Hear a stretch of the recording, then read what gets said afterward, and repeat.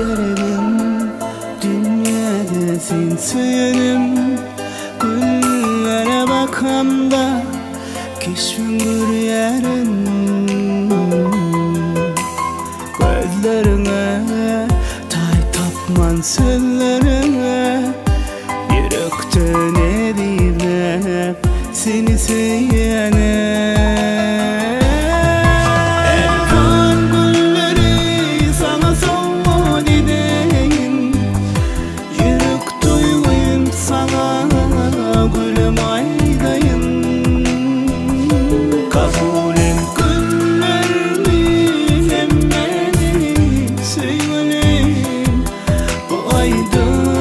Bahşedeyim sevgilim dine sana.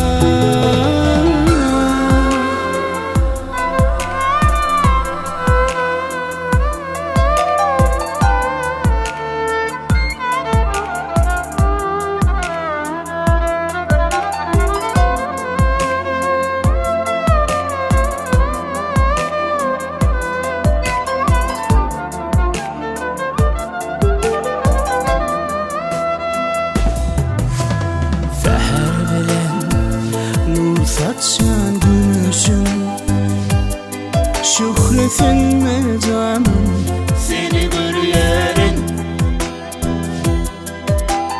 Her yere bakanda senin nurana keşfin, güdüğümde canlanıyor sevgilim.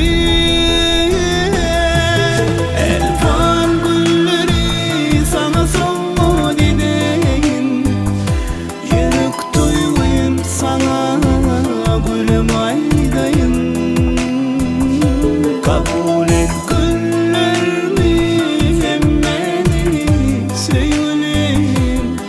Bu aydamı bahşedeyim sevgilim.